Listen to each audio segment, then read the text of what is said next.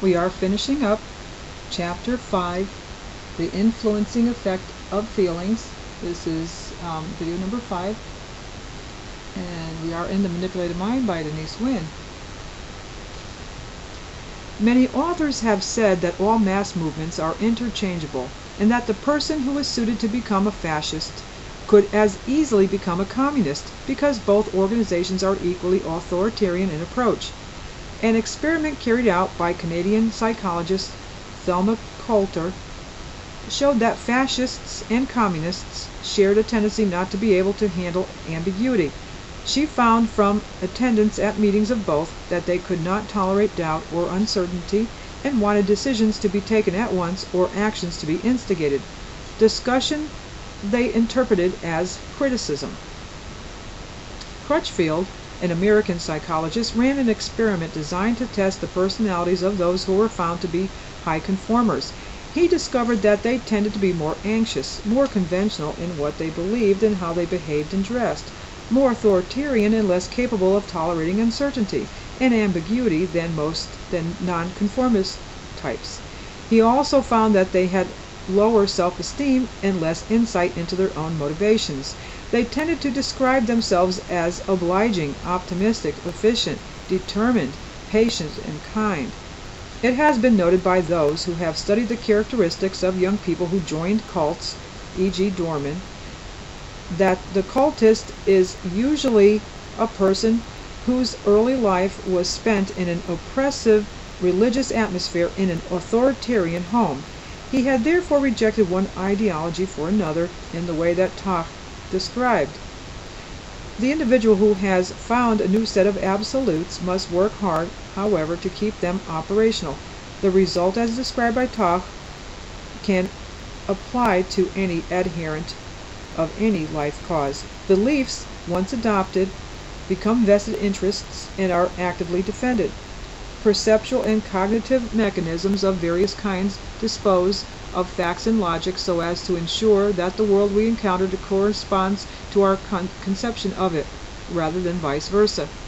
At a given point in the process, the believer has walled himself in. Every event he encounters must be processed in terms of his beliefs. Every opportunity must be used to cement his system. At this stage, only authority can produce innovation. Nothing remains of autonomy except the ingenuity exercised in the all-consuming enterprise of ensuring that real autonomy can never be regained. The argument against the concept of brainwashing is that people cannot be converted to believe something which is totally alien to them, and the belief certainly cannot be sustained when the individual is back in an environment where that belief is not commonly held.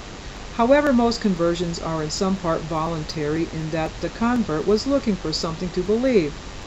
As has been shown, the beliefs, far from being alien, reinforce his own and fulfill his needs. A young man may be saved from the Moonies, and he may come to despise their teachings himself.